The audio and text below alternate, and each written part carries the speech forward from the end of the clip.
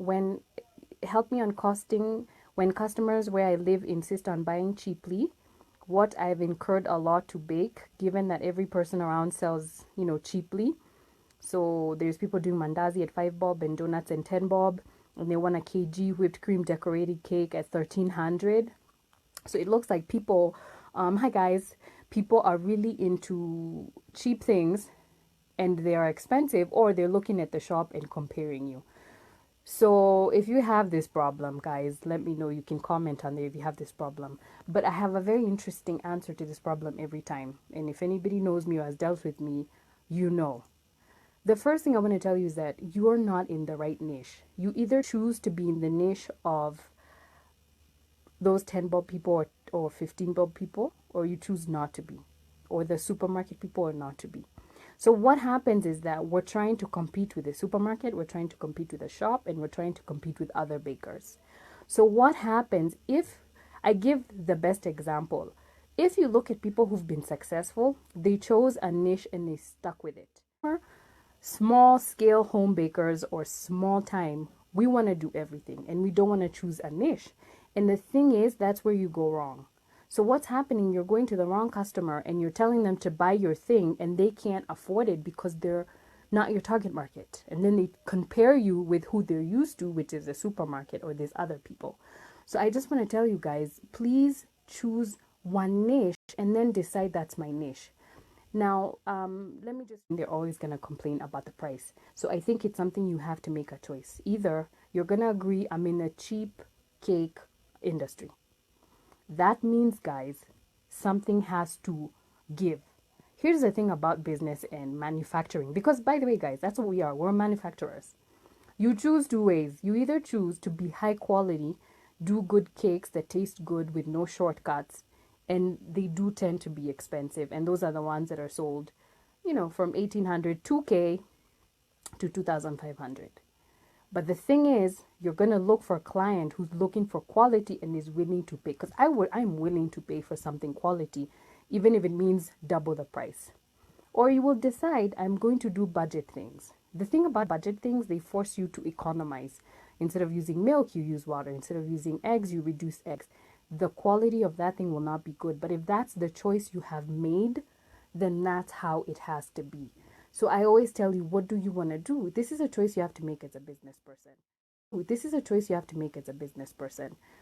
On this note, I'm seeing Joy has written, I tried to do bread and the cheapest I could sell my bread was 120. I gave it a breakfast. Guys, the other thing that we never realize as small bakers, I just want to say this, is that there is a market that is retail market. This is scones, bread, cookies. I know you all know this. This 5-10 bob economy. Do you know how that works or how they make profit? Quantity. So you have to make tons of bread or tons of cookies or ton of quick cake per day. You can't decide I'm going to do this as a home baker because you don't have the capacity to make the profit. And that's why the big guys are always making profit, because they can make 10,000 loaves a day and they'll make profit. You're only going to be able to do 30 loaves a day and you won't be able to make profit. So I hope that makes sense. That's why small things sometimes don't work out for bakers, because you don't have the capacity to do it. So it's an industry I once worked in for bread. And let me tell you, that's how you break even on mass production. Eva, you're asking a good question, so I'm just going to answer that. What's the best way to allocate labor cost? There's two ways of doing that. I've mentioned the video, but I'll recap it again. Number one is deciding that you want to be paid per hour. That means you have to sort of allocate, my birthday cake takes 4 hours, my custom cake take 10 hours, my wedding cake take different. That's why you'll note some bakers look at what they're making. They don't cost on 1 kg Black Forest and it's the same as a 1 kg fondant. People ask, what is it you want, before they tell you a price. The reason being, they know that different things take different things time to make. So Eva, you can decide to actually cost per hour on your birthday cakes, and then change the different hours based on whatever it is you're selling. So let's say your 1 hour is equals to 100 shillings, or maybe your 1 hour is equal to 50 shillings. How much are you worth? Maybe that's what you can say. All right. So Eva, I hope that has made sense. The second way, Eva, I'd say you do it is by, this happens especially if you're really seriously in business. I tell you, ask your business to pay the baker. Don't even assume it's you. But fine, at first it's you, but let's say you want to hire someone. So how do you pay the baker? Let's say you want to start with 6,000 a month or 5,000 a month. How many times are you working for that business? 30 days or is it 26 days?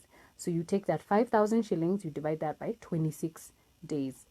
Somebody do that math because I don't know what it is. But when you do the math, then you're able to cost, um, in 1 month, you have to make an assumption. How many cakes am I making? 15. So you take the cost of labor, divide that by the number of cakes you want to sell per month, and that's the cost of labor per cake. I hope, Eva, that has made sense. So that's how you can. When it comes to depreciation of equipment, let me give you two examples. When you buy an oven, I'm going to give perfect examples so I'm able to do the math. When you buy an oven, you need to account for the fact that that oven will spoil, even if it's in 10 years. Let's say you stay in business for 10 years.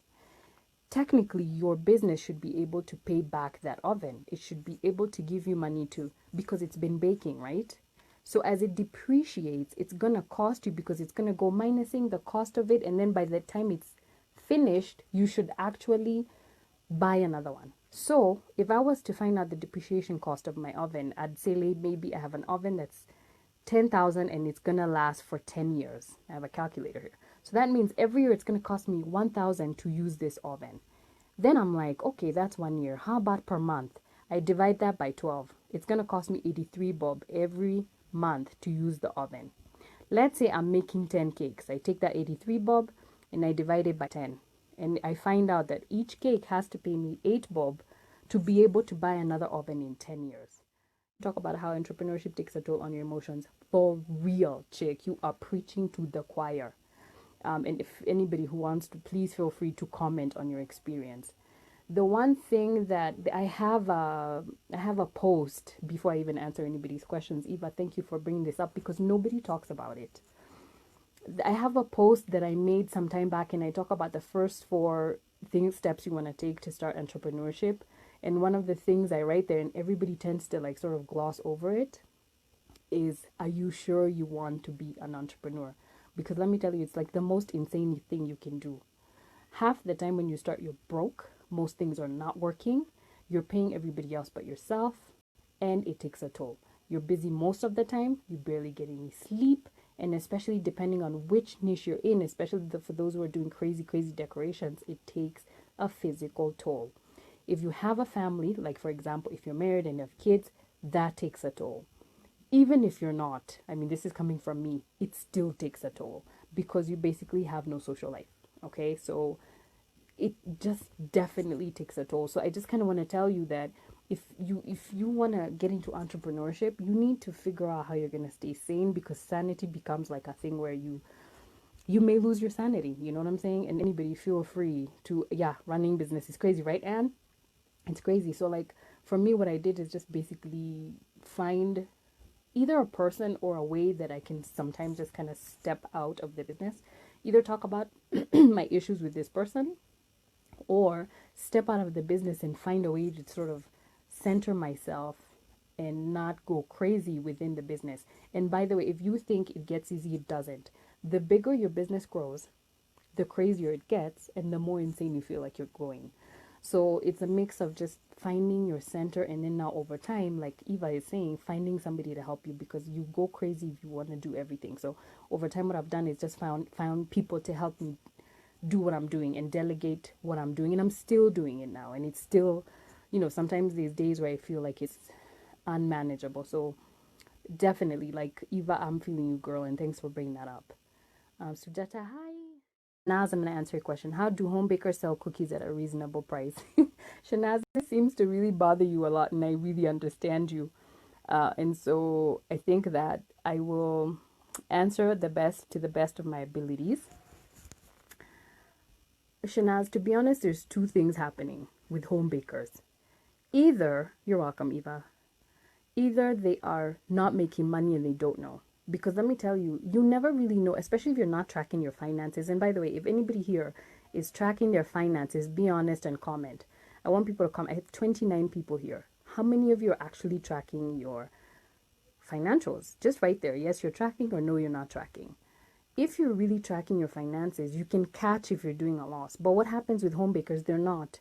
So what happens? It takes long before you catch that you're making a loss. Do you get me? So I just want to mention to people that they never know that they're making a loss. The second thing is that there's people who economize. This means that they're not using the best products, right? They're using substandard products and cheap products. And that's how they're able to make money because they're not worried about quality, they're worried about quantity. Eva, cost for feeding them. Nancy, how does one do marketing in a flooded cake industry? Right? Niche. Like, I feel like it's my 2020 word of the year. So next time you meet me, remind me my 2020 word of the year is niche. And Joanna, you have, sorry, Nancy, you have to niche. Like, is anybody gonna agree with me that you have to niche? We're so many people, and we have to stick out. So if you want to stick out, I feel like you have to be known for something. You can't be known for everything. Then you're gonna be like every other baker. So I feel like if you want to do very well in an industry that's flooded, niche out. What the thing about niching is that you do have to take time. It takes time to cement yourself in that particular niche. But once you do and you do good marketing, and I mean online and offline, and of course having good products if that's your line of quality, then with that one niche you can branch off to other niches, right? But niche out. It you stand as like you look apart from everybody else. So Nancy, I hope that helps. Winnie, Maureen, briefly, kindly tell us where you began. Okay, Winnie, I will. Let me make that the last thing I do. Okay, let me just go with the technical stuff, and then I'll come back to you on my journey. I don't know if I've covered as much with the refrigerator person. You have not said whether it is non-dairy, so I don't know how to help you. I don't think there was another question on pricing that was really, really, really burning. If anybody has a burning question, feel free to answer as I slowly tell you my story, which is, I always tell people it's not that interesting, but my story on, nobody has a question, guys? Okay.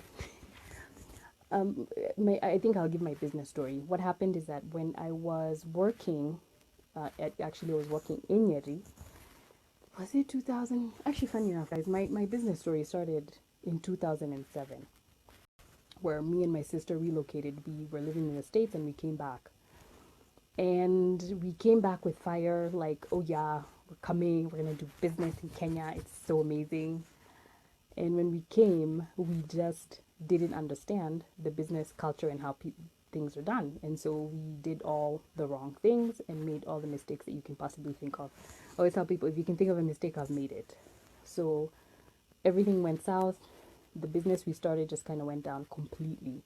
And it's one of those things I rarely even mention that business because it was so long ago. So that didn't work.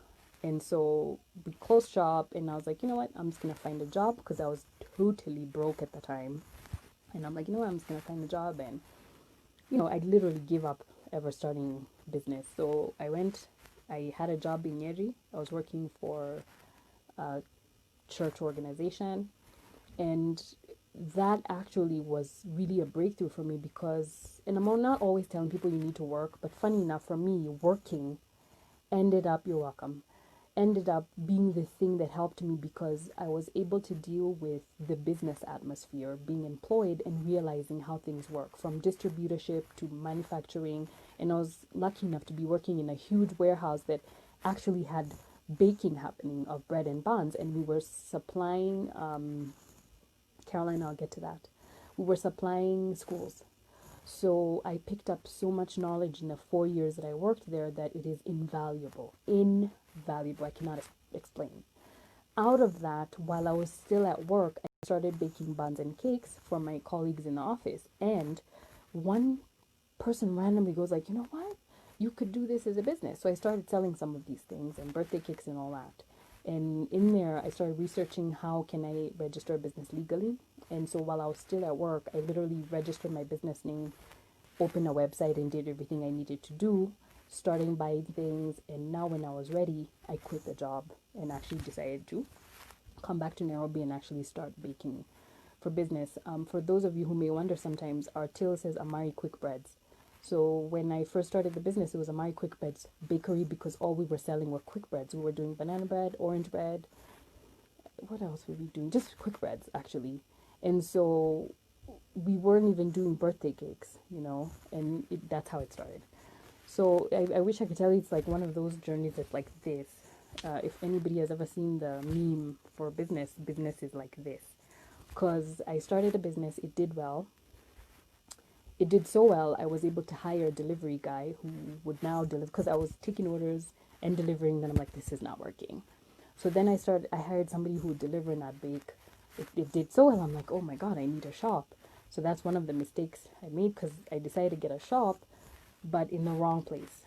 So I got a shop, set up, and in 6 months closed the shop because it was the wrong location. I was selling the wrong things and I was readjusting while in the shop, and any capital I had just kind of ran out and once again failed. So I had to close the shop and basically what I actually basically I do business like where we live. There's like a workshop we build outside. So basically came back home and started doing business from there. And once again, it's like this whole thing like, oh my goodness, what am I doing wrong? What am I doing wrong? So we strategized again. Now at the time when we were doing the shop, we were only doing baking and breads and cake and everything. So I started doing everything, by the way. And the funny thing is that that's why I tell people niche out. I was doing well when I was doing quick breads. And then I got smart and started doing everything. I was making pizza, guys. I was doing bread. Anything you can think of in a menu, croissants, I was doing it. And so that's where I went wrong because I didn't know I was making money. And, that's how the business started going down.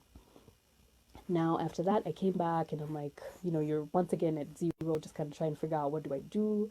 And a lot of people had started asking me about training. And at the time, I think only 2 or 3 major bakeries were doing training. Valentine Cake House, cakes.co.ke. Very few people were actually doing training. And people kept asking me because we were using charcoal. We're using Cookswell charcoal ovens. And they wanted to know how to use Cookswell charcoal ovens. So I was like, okay, I could start training people. And the funniest thing, I tell people this, I even went looking for the TVET curriculum and all this thing that we're supposed to use, but the funny thing, it was not available at the time. So I just kind of went back to how I was trained and, started training people. So I was doing both of the things. I'm training people and I'm doing baking. It became overwhelming. Back to niche. I chose to stop selling cakes and all that and actually started just training people. So when I talk about niching, it's something I truly believe and I've done myself. I actually believe in niching because when I stopped baking and actually started teaching people, I was actually able to now grow my business huge and start. Sorry, I'm seeing a developing story down here and actually focus as a trainer and be able to grow my business. And by the way, the reason why niching works out, our business has become, I don't want to tell we are extremely successful. I mean, we're on our way, but the reason why we're able to grow one business and then start another business for cake is because we were able to niche out and make sure this training is working. And then from now, we're able to start another other business because this one is working so well. So please niche out and then make sure one thing is working. And then after that, work on the other one. Anyway, so that's how we started training, focus on training, and that's how we're here. So for whoever asked from my story, I hope that helps and motivates anybody. I do business mentorship because I made so many mistakes and I didn't have a mentor. But at one point, actually, I do say that. And there's a lady I met and I've never forgotten her, and she was a huge difference in my life. Her name is Irene, actually. I think she's related to Eva somehow. And she was my mentor and she taught me so much. So if you can get a mentor that helps you reduce the mistakes you're making and actually helps you actually make better choices. So if you can get mentorship, even if it's not directly, guys, get it. If you can listen to people who've been doing it for a while, listen. It's worth it because they'll knock off 2 years of mistakes from that. So for whoever asked, I hope that helps and inspires you in any way. And it's not like we're not making mistakes. We're constantly making mistakes. We just got better at them. Caroline, how do you do the mentorship? I don't do the mentorship right now, but generally what I do is I choose a group of 4 to 6 people that we start a whole year. We go a whole year, like January to November, where we do 2 or 3 meetups a month, and we get to go through the whole process of setting up your business successfully in a way by the end of the year something has changed, increased sales, different things, marketing, you have systems in place. And for the last 3 years I've been doing it, and I've had success, not with everybody but success with most people. Now if I do start doing it, I do let you guys know. It's just I'm not doing now because of the whole pandemic thing.